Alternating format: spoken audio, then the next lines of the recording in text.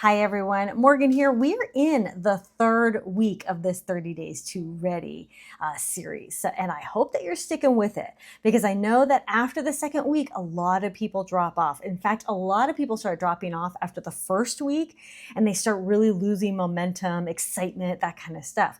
But you got to stick with it because it is that momentum. Get that 30 Day to Ready workbook that's in the description and work through it.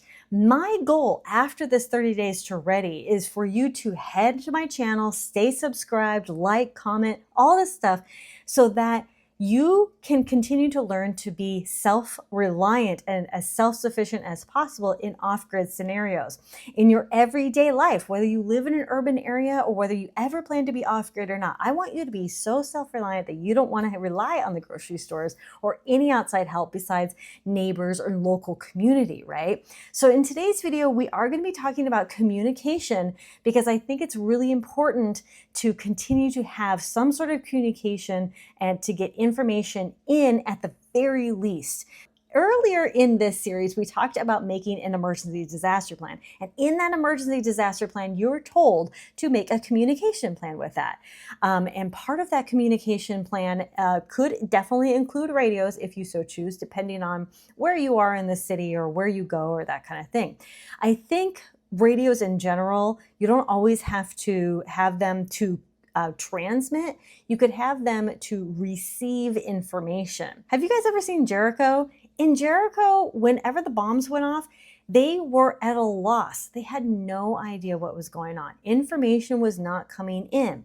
What you could do with a radio in that type of circumstance is have it in some sort of protective EMP case so that if there was any interference or anything like that with radios, that you could still have a radio. But the point is, they were at a loss. They had no idea what was going on until they finally, like a TV reception finally came in and they were like, oh, here's all the bombs. And they were like, whoa, okay. But in the meantime, they were in the dark, literally and figuratively, but they had no idea what was going on. And so that can lead to really dangerous situations. But let's talk about just everyday natural disasters and emergencies. Radios like this are twofold. One, they have no weather radio access. So you can listen to the no weather radio alerts, but you don't have to get handheld radios like this. You can get something like this on the screen in which is always plugged in, and then it'll just give you alerts. I've been in situations where there was a tornado warning and then a tornado watch. And it alerted me both time. Very loud. It was a tornado warning, tornado watch. Like it was very loud, which is great. It's exactly what you want because if that's something like that happens in the middle of the night, you know, like in the instance of the Texas floods where the flooding came in the middle of the night, even though there was warning, a lot of people brush off flood warnings because they think, oh, it's not going to be that bad, you know, because it hasn't for so many years. And then this year it was super bad. And unfortunately, though there were tons of warnings, even days ahead, people just didn't really know like like it would be so drastic. So there were tons of warnings and things like that, but it happened in between like 1 and 4 a.m. and it happened so suddenly. Flash floods can happen in an instant. This is why you want something like that no weather radio to be you know, always plugged in so that it gives you those alerts, because like this radio is not always on. So it's not always good. And it's not always going to be just on the no weather. You can always have this, you know, plugged in and on and have it on the no weather radio frequency. And so you could always hear the alerts and things like that. But again, you know, things can happen very, very quickly. When you get alerts like that and you know that you may be in a floodplain, it's very important for you to get to safety. And that's where communication can come in really handy, is with those alerts. And even if you're getting alerts like, you know, from local people, hey, you know, there's flooding down here or whatever, you're hearing people talk on the radios about these emergencies, disasters, things like that. What can also happen is many times in the past where there's been some sort of disaster, emergency, something like that, people have reached out on the radio. And in an emergency or disaster, you can reach out on the radio, whether you have a license or not.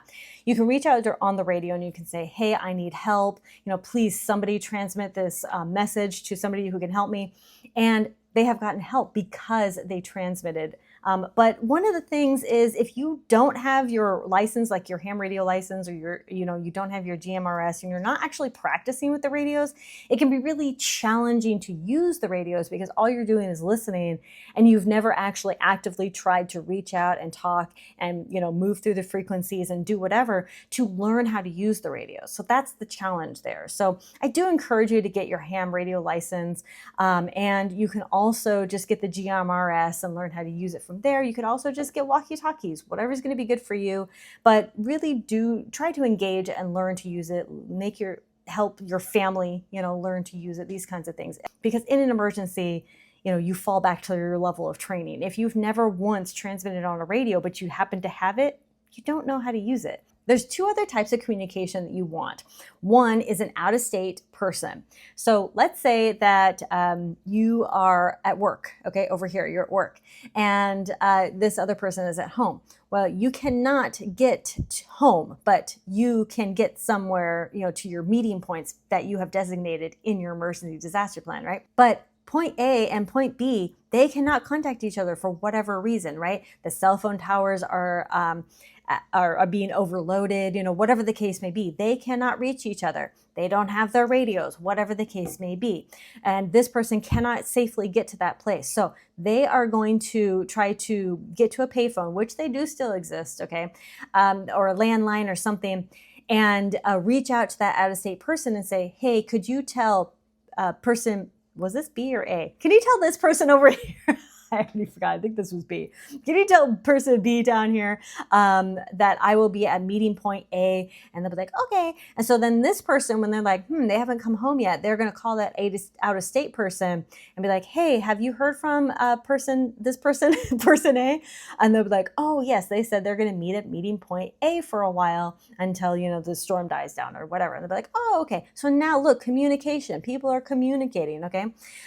There were smoke signals back in the day. There were carrier pigeons. There were, people who would leave traces and rocks and things in the path to let people know where they are. There were lots of different things to communicate, and it's up to you to define what that's going to be. In your emergency disaster plan, you are going to be laying out those meeting points and stuff too.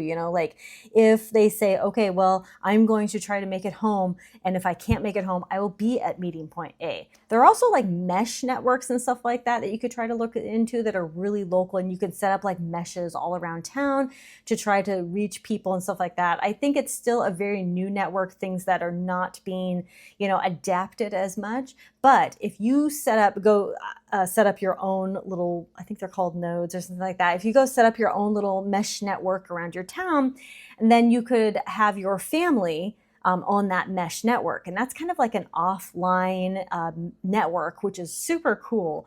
It's a really neat idea if you have the infrastructure for that mesh network. So that is definitely something you could do. You can do that yourself. Like you don't need anyone's permission or anything to do that. Like just go set up those little networks, and then you can have that type of network. I hope to have a video in the future about setting up the little mesh networks and stuff like that. I think it's such an interesting concept as long as you can have that own network that is going to support that infrastructure and that communication.